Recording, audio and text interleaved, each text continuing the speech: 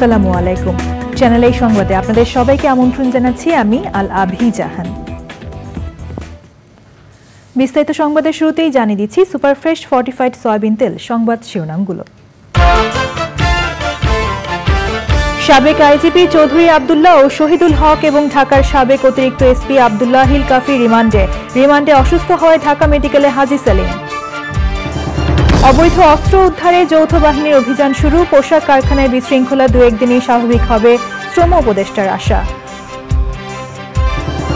আইনে সাংবাদিক নিপীড়নের ধারাগুলো বাদ দিতে সম্পাদক পরিষদের প্রস্তাব, গণমাধ্যমকে সরকারের ভুল ত্রুটি তুলে ধরতে প্রধান উপদেষ্টার আহ্বান। জনগণই সিদ্ধান্ত নেবে আওয়ামী লীগ রাজনীতিতে থাকবে কিনা বললেন তথ্য ও সম্প্রচার উপদেষ্টা। ডয়চে ভেলের সঙ্গে বিশেষ সাক্ষাৎকার। এবং চলতি মাসের মাঝামাঝি ঢাকা আসছে যুক্তরাষ্ট্রের উচ্চ পর্যায়ের প্রতিনিধি দল। আটক 57 বাংলাদেশিকে মুক্তি দিয়েছে সংযুক্ত আরব আমিরাত।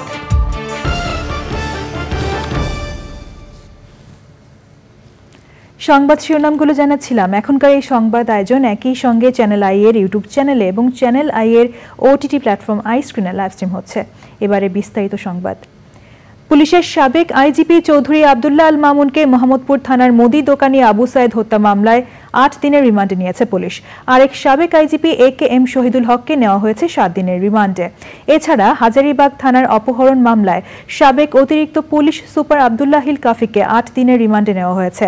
ডায়মন্ড ওয়ার্ল্ডের ব্যবস্থাপনা পরিচালক দিলীপ কুমার আগারওয়ালকে রাজধানীর গুলশান থেকে গ্রেপ্তার করেছে র্যাব।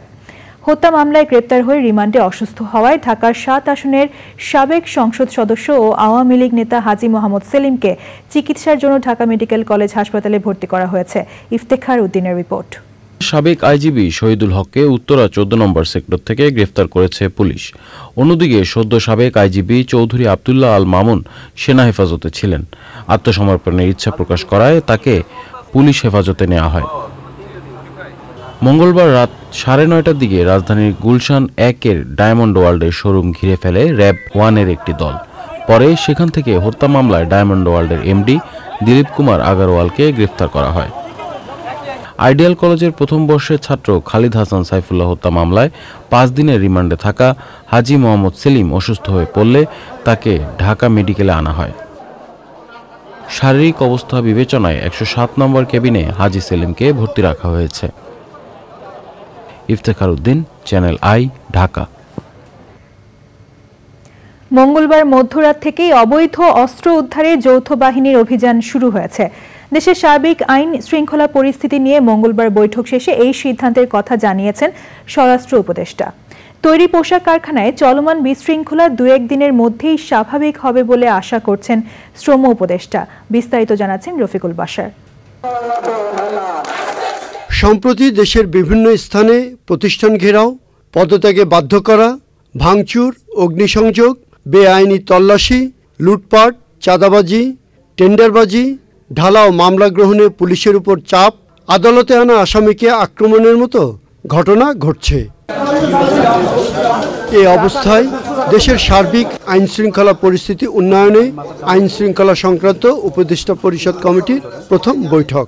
দেশের আইন শৃঙ্খলা পরিস্থিতি নিয়ে এবং আইন শৃঙ্খলা পরিস্থিতি কিভাবে আরও উন্নতি করা যায় এবং এই ব্যাপারে আমরা কিছু কিছু পদক্ষেপও নিব।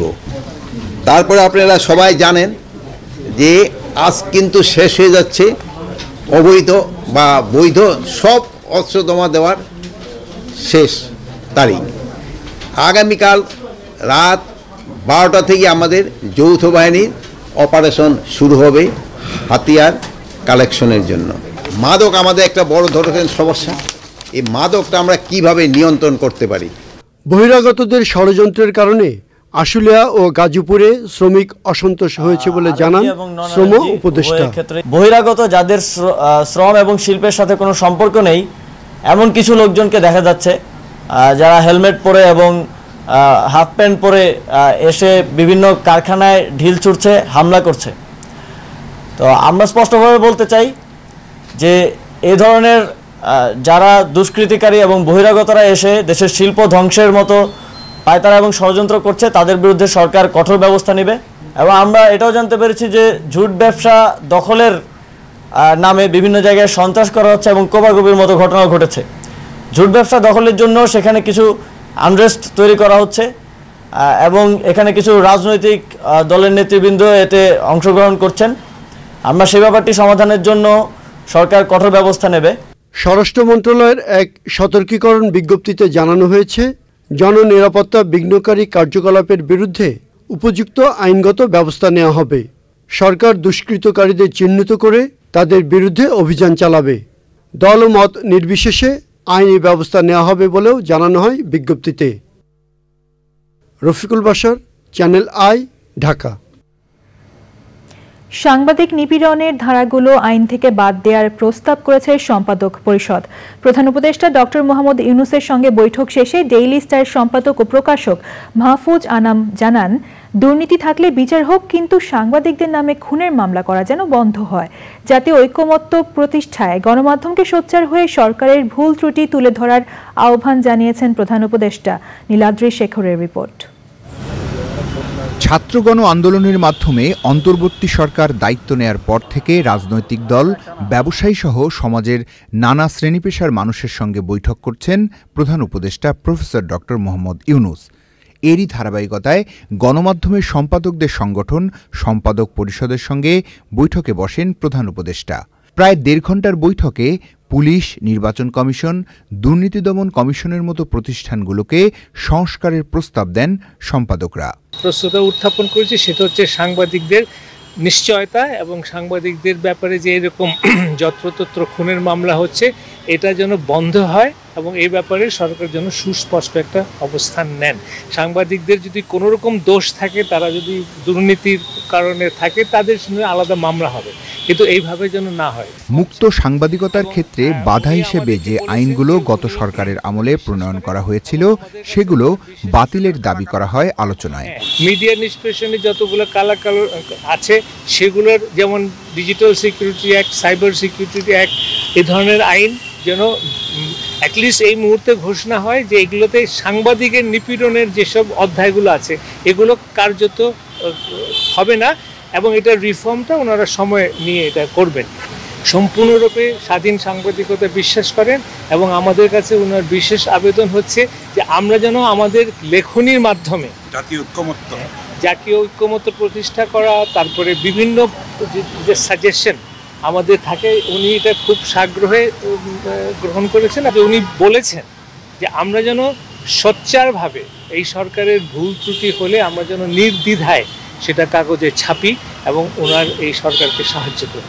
বাংলাদেশ টেলিভিশন, বেতার, বাসসের মতো রাষ্ট্রীয় প্রচার মাধ্যমকে স্বায়ত্তশাসনের মধ্যে আনার কথাও বলেছেন সম্পাদকরা।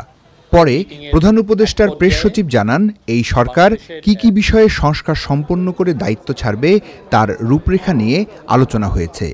যৌক্তিক সময়ে যাতে ওনারা থাকেন, এই যৌক্তিক সময়টা আসলে কতটুকু উনি বাংলাদেশের যারা টপ এডিটর সবাইকে জিজ্ঞেস করেছেন, আপনারাই বলেন যৌক্তিক সময়টা কতটুকু বা কি কি কাজ করতে হবে, বেসিক মিনিমাম কাজটা কতটুকু সবার কাছে জানতে চেয়েছেন। Niladri Shekhar, channel I, Dhaka. অন্তর্বর্তী সরকারের তথ্য ও সম্প্রচার এবং ডাক, টেলিযোগাযোগ ও তথ্য প্রযুক্তি মন্ত্রণালয়ের উপদেষ্টা নাহিদ ইসলাম বলেছেন, গণহত্যার জন্য আগে দল হিসেবে আওয়ামী লীগ ও তাদের ব্যক্তিবর্গের বিচার হবে এবং এরপর জনগণ সিদ্ধান্ত নেবে তাদের রাজনীতি থাকবে কি না। ডয়চে ভেলের সঙ্গে বিশেষ সাক্ষাৎকারে তিনি শিক্ষার্থীদের রাজনৈতিক দল, জঙ্গিবাদ, গণহারে মামলা, ডিজিটাল নিরাপত্তা আইন ও নির্বাচন পদ্ধতি সংস্কার নিয়ে কথা বলেন। ফ্যাসিস্ট কাঠামো বিলুপ্ত করে নতুন বাংলাদেশ গড়ার অঙ্গীকার ব্যক্ত করেন তিনি। বৈষম্যবিরোধী ছাত্র আন্দোলনের নিহতদের তালিকা দ্রুত সময়ে প্রকাশ করা হবে বলে জানান তিনি। আমি সকল সেক্টরে সংস্কার করতে না পারি তাহলে আসলে সমস্যার সমাধান হবে না। সেই জায়গা থেকে আমাদের পুলিশ প্রশাসন, নির্বাচন কমিশন এবং অবশ্যই প্রধানত সংবিধান থেকে শুরু করে সকল ক্ষেত্রে আমরা সেই সকল ক্ষেত্রের অভিজ্ঞ এবং এক্সপার্টদের সংস্কারের কথা বলছি। কিন্তু আমরা বলেছি যে এখন আসলে রাজনৈতিক দল গঠনের সময় নয়, এখন আসলে দেশ গঠনের সময়। কারণ আওয়ামী লীগ দল হিসেবে এবং তাদের নেতাকর্মীরা ব্যক্তিগত জায়গা থেকেও এই সকল অপকর্মের সাথে জড়িত ছিলেন এবং এই গণহত্যার প্রধানতম তারা হচ্ছে নির্দেশদাতা ছিলেন। তো সেই জায়গা থেকে তাদের হত্যার যে হত্যাগুলো তারা করেছেন এবং যে অপকর্মগুলো করেছে তাদের সেটার জন্য তাদেরকে বিচারের মুখোমুখি করা, বিচার প্রক্রিয়ার পরেই আসলে এটা বলা যাবে যে আওয়ামী লীগের রাজনীতি কতটুকু থাকবে বা থাকবে না, এবং জনগণই সেটা সিদ্ধান্ত নেবে। পররাষ্ট্র উপদেষ্টা মোহাম্মদ তৌহিদ হোসেন বলেছেন, যুক্তরাষ্ট্রের উচ্চ পর্যায়ের প্রতিনিধিদের ঢাকা সফরে দ্বিপাক্ষিক সহযোগিতা বাড়ানোর উদ্যোগের পাশাপাশি অর্থ সহযোগিতা চাইতে পারে বাংলাদেশ। চলতি মাসের মাঝামাঝি সময়ে এই সফর হতে পারে। সংযুক্ত আরব আমিরাতে আটক 57 বাংলাদেশিকে মুক্তি দিয়েছে দেশটি। নতুন করে আরও 8,000-এর মতো রোহিঙ্গা বাংলাদেশে অনুপ্রবেশ করেছে বলেও জানান তিনি। পান্থ রহমান জানাচ্ছেন বিস্তারিত। বাংলাদেশের রাজনৈতিক পট পরিবর্তনের পর প্রথমবারের মতো ঢাকা সফরে আসছে যুক্তরাষ্ট্রের উচ্চ পর্যায়ের কোনো প্রতিনিধি দল। তুরস্ক ও নেপালের রাষ্ট্রদূতরা সৌজন্য সাক্ষাৎ করে যাওয়ার পর এ নিয়ে কথা বলেন পররাষ্ট্র উপদেষ্টা। আমার কাছে তথ্য আছে যে অ্যাবাউট 8,000 রোহিঙ্গা ঢুকে গেছে এখানে। এই বর্ডারের বিষয়টা যদিও আমার না, কিন্তু যখন ঢুকে পড়লো তখন বিষয়টা আমাদের হয়ে যায়। এটা নিয়ে আসলে আগামী 2-3 দিনের মধ্যে সিরিয়াস আলোচনা হবে মন্ত্রিপরিষদে, এবং এটা যে করে কীভাবে ঠেকানো যায় সেটা আমাদের চেষ্টা করতে হবে। আমাদের প্রায়োরিটি হচ্ছে যে আর্থিক যে ব্যবস্থা দিয়ে আছে, বাণিজ্যের প্রশ্ন আছে, এগুলি সবগুলি নিয়ে আলাপ আলোচনা হবে। কারণ ডক্টর সালেউদ্দিনের সাথেও তাদের একটা কলম থাকে। যদি স্ট্রেট বলি, আমরা কি টাকা চাইছি যুক্তরাষ্ট্রের কাছে? সহযোগিতা অবশ্যই চাইছি, কিন্তু কিভাবে চাইছি সেটা আমি বলতে পারবো না, সেটা হয়তো ডিটেলস বলতে পারবেন সালাউদ্দিন সাহেব। যুক্তরাষ্ট্রের রাজস্ব ও অর্থ দপ্তরের আন্তর্জাতিক অর্থায়ন বিষয়ক সহকারী আন্ডার সেক্রেটারি ব্রেন্ট নেইম্যান আর ডোনাল্ড লুর ঢাকা সফরে অর্থনৈতিক সংকট কাটিয়ে উঠতে যুক্তরাষ্ট্রের সহযোগিতা নিয়ে আলোচনা হবে। আমার জানা মতে এই র্যাবের উপর স্যাংশনটা আমি অন্তত দেখিনি যে এটা নিয়ে আলোচনা আমরা করবো এখন কিনা। প্রসঙ্গ উঠতেই পারে, তবে দেখতে হবে যে আসলে আমাদের সবচেয়ে ভালো স্বার্থ যেভাবে সংরক্ষিত হয় সেদিকে আমরা এগোবো। খুব তাড়াতাড়ি জুডিশিয়াল প্রক্রিয়া শেষ হয়ে গিয়েছিল, তাদেরকে একেবারে শাস্তি বিধান করা হয়ে গেছিল। কাজে এখানে সাধারণ ক্ষমা ছাড়া আর কোনো উপায় ছিল না আমরা সেটা আমাদের প্রধান উপদেষ্টা সেটা অনুরোধ করেছেন এবং সেই অনুরোধের প্রেক্ষিতে তাদেরকে ক্ষমা করা হয়েছে। আরব আমিরাতে আটক প্রবাসীদের কারামুক্তি এবং নতুন করে রোহিঙ্গা অনুপ্রবেশ নিয়েও কথা বলেন পররাষ্ট্র উপদেষ্টা। পান্থ রহমান, চ্যানেল আই, ঢাকা। দেশের বিভিন্ন জায়গায় ওষুধ শিল্প কারখানায় শ্রমিকরা নানা দাবিতে আন্দোলন ও ভাঙচুর করছে। সেই সাথে কর্মকর্তাদের কারখানায় প্রবেশে বাধা ও জিম্মি করে রাখা হচ্ছে, ফলে কারখানায় ব্যাহত হচ্ছে উৎপাদন। ওষুধ কোম্পানির মালিকরা বলেছেন, এভাবে চলতে থাকলে কোম্পানিগুলো অচিরেই বন্ধ হয়ে যাবে এবং দেশে ওষুধের সংকট হবে। রিয়াজ ইসলামের রিপোর্ট। বাংলাদেশে উদীয়মান শিল্প খাত হিসেবে পরিচিত ঔষধ শিল্প, এ খাতের রয়েছে অপার সম্ভাবনা।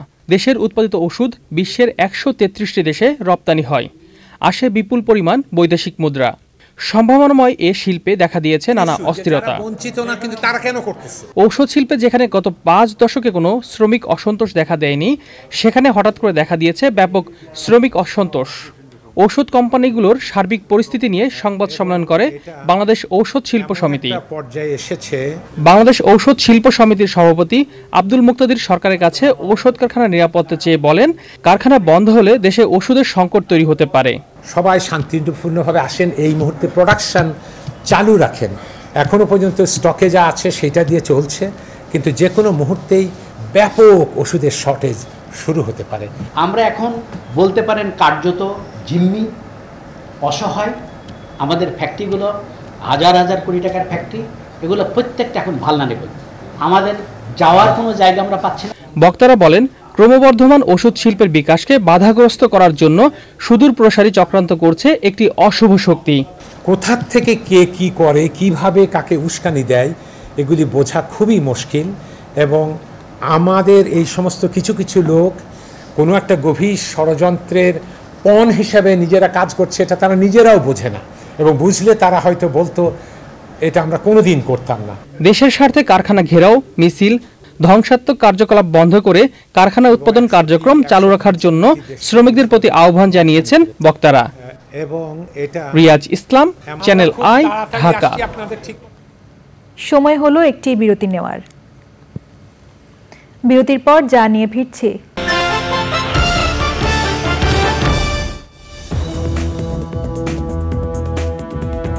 ফিরে এলাম বিরতির পর। এবার থাকছে নিটোল টাটা কৃষি সংবাদ।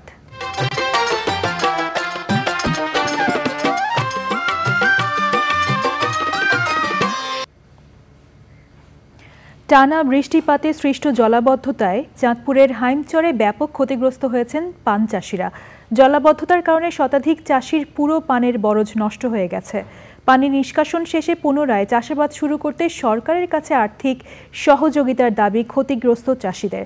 মোর্শেদ আলমের তথ্য ও ভিডিওচিত্রে সৈয়দ অদিতের রিপোর্ট। চাঁদপুরের হাইমচর উপজেলার উত্তর আলগী ইউনিয়নের মহাজনপুর গ্রামের পান চাষি মোহাম্মদ আলী 4 লাখ টাকা ব্যয় করে প্রায় 60% জমিতে পানের বরজ করেন। আশা ছিল অন্তত 10 লাখ টাকার পান বিক্রির। হঠাৎ টানা বৃষ্টিপাতে পানের বরজের সৃষ্টি হয় জলাবদ্ধতা। এতে পুরো জমির পান নষ্ট হয়ে গেছে। বন্যায় সব নষ্ট হয়ে গেছে। এই বোরের উপরে গাতি কামলা যা আছে সব মনে করেন ব্যবসা বাণিজ্য সবাই নির্ভর। আমাদের সংসার খুব চলতে, খুব হিমশিম খেয়ে যেতে হবে আমাদের। আমরা তো চলিত বড় ফুলকে বোধ যদি না থাকে, আমরা তো ফলাফল লিয়া ছেলে সন্তান লিয়া আমরা কোনো কিছু করতে পারবো না। অস্থায়ী বাঁধ নির্মাণ সহ বিভিন্নভাবে চেষ্টা করেও রক্ষা করা যায়নি পানের বরজ। এরা কইতে আছে আমরা যান, আমরা আইতে আছি, আমরা আইরি আমি যদি হেরপরের দিন যাই তো কয় যান আমরা এই যে টিউনুরে হারাইতেছি। এই টিউনুর কাছে গেলে কয় আমরা সেনাবাহিনীর কাছে যান, সেনাবাহিনীর কাছে গেলে কয় আমরা হানি উন্নয়ন বড় যান। তো স্যার এইভাবে যাইতে যাইতে আমরা দেখা গেছে 14-15 দিন আমরা পানির তল। আমরা যদি সরকার থেকে যদি কিছু সাহায্য পাই, তাহলে আমরা পুনরায় আবার নতুন করে আমরা বোরগোলা নিয়ে আমরা করতে পারবো এবং আমার ছেলে সন্তানকে বাঁচাতে পারবো। জলাবদ্ধতা স্থায়ী হলে ক্ষতির পরিমাণ আরো বৃদ্ধি পাবে বলে জানিয়েছে কৃষি অধিদপ্তর। কৃষকরা কিন্তু দারুণভাবে ক্ষতিগ্রস্ত হয়েছে। আমাদের হিসাব মতে 18 হেক্টর জমি একেবারেই পান পচে গিয়েছে এবং প্রায় 270 জনেরও বেশি কৃষক সরাসরি ক্ষতিগ্রস্ত হয়েছে। আমরা মনে করি যে এই ক্ষতিটা পোষানো খুব অসম্ভব হয়ে পড়বে এবং আমরা এই পরবর্তী ফসলে যাতে তারা পান চাষিরা কোনো প্রণোদনার আওতায় আসে সে ব্যাপারে কিন্তু আমরা সরকারকে অবহিত করেছি। যে পরিমাণ ক্ষতি হয়েছে তাতে সরকারি সহযোগিতা না পেলে ঘুরে দাঁড়ানো সম্ভব নয় বলে জানিয়েছেন চাষিরা। সৈয়দ অদিত, চ্যানেল আই, ঢাকা। এবার দেখবেন প্রকৃতি সংবাদ।